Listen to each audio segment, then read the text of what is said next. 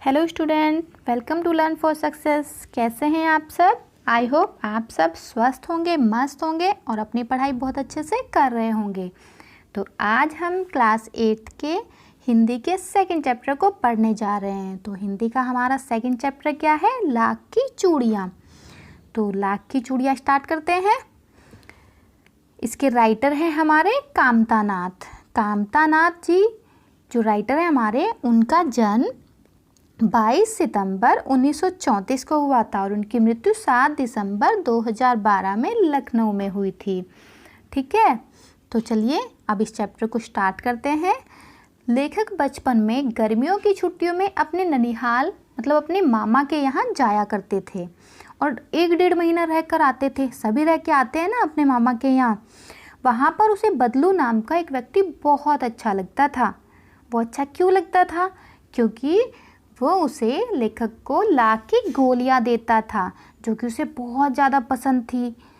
वो पैसे से मनिहार था, मतलब चूड़ियाँ बनाने वाला था। वह लाख की सुंदर सी चूड़ियाँ बनाया करता था।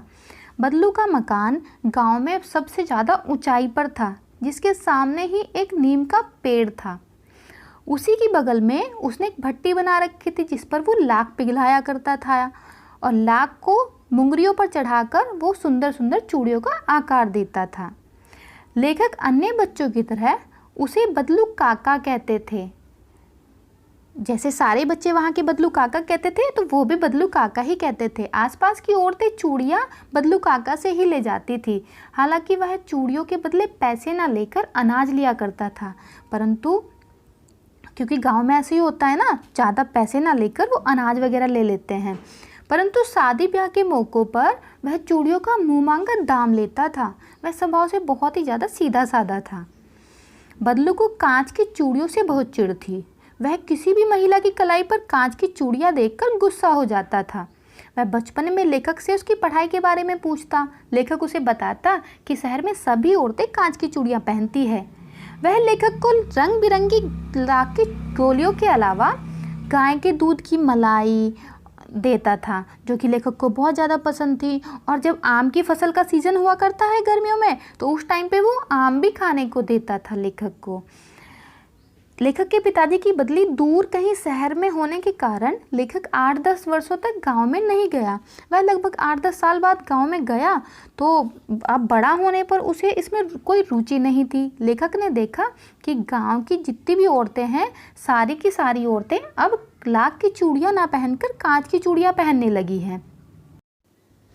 एक दिन उसके मामा की लड़की फिसलकर गिर गई और कांच की चूड़ियों के चुभने से उसकी कलाई में घाव हो गया, जिसकी पट्टी लेखक को कराने जाना पड़ा। अब इस घटना से लेखक को बदलू का ध्यान आ गया। वह बदलू से मिलने उसके घर गया और आज भी वह उसी नीम के पेड़ के नीचे चारपाई बिछाकर वहां बैठा हुआ था। बदलू काका का शरीर बूढ़ा हो चुका था, उसे खांसी भी थी। बदलू ने लेखक को पहचाना नहीं। तब लेखक ने उसे अपना परिचय दिया तो लेखक को वह पहचान गया।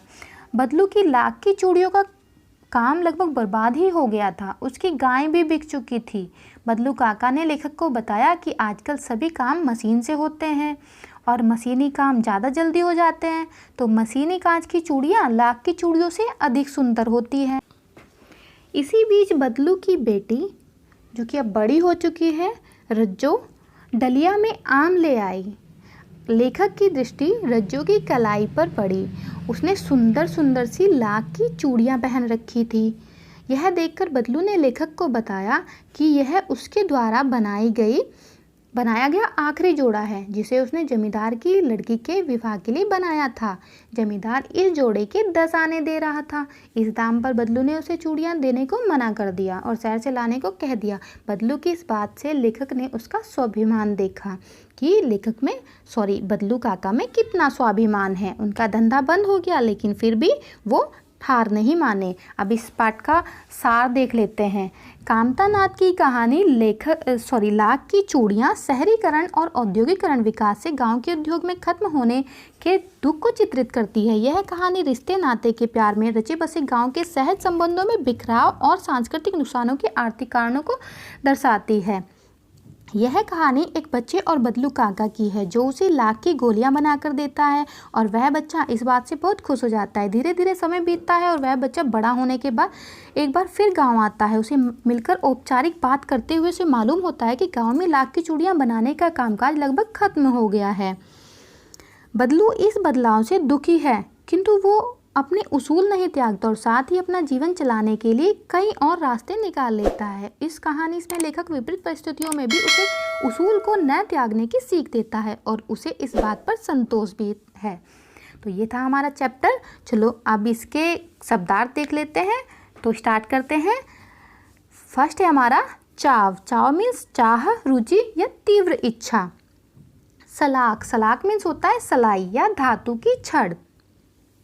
मुंगरी, मुंगरी किसे कहते हैं? गोल मुठियादार लकड़ी जो ठोकने पीटने के काम में आती है, उसे मुंगरी कहते हैं। पेतरक, पेतरक मीन्स होता है पूर्वजों का, पिता से प्राप्त या पुश्तैनी। वस्तु विनिमय, वस्तु विनिमय किसे कहते हैं? पैसों से ना खरीद कर एक विनिमय वस्तु के बदले दूसरी वस्तु लेना। आगे देखिए। खपत, खपत मीन्स होता है माल की बिक्री। कसर मतलब घाटा पूरा करना या कमी। नाजुक, नाजुक किसे कहते हैं? नाजुक कहते हैं कोमल को। पगड़ी, सिर पर लपेटकर बांधा जाने वाला लंबा कपड़ा या पग। मरहम पट्टी, जख्म का इलाज या घाव पर दवा लगाकर पट्टी बांधना, इसे कहते हैं मरहम पट्टी। मचिया, मचिया कहते हैं बैठने के उपयोग में आने वाली सुतली आदि से बनी छोटी चारपाई। मुखातिब, मुखातिब कहते हैं देखकर बात करने को। डलिया, डलिया मीन्स होता है बांस का बना एक छोटा सा पात्र। फबना, फबना मीन्स होता है सजना या शोभा देना। तो ये था हमारा चैप्टर। आई होप आप सबको बहुत अच्छे से समझ में आ गया होगा। इसमें आपको कोई भी डाउट हो तो प्लीज़ कमेंट कीजिए और हमारी वीडियो को लाइक कीजिए, चैनल को सब्सक्राइब कीजिए। आगे हम नेक्स्ट वीडियो में मिलते हैं। Thanks for watching my video.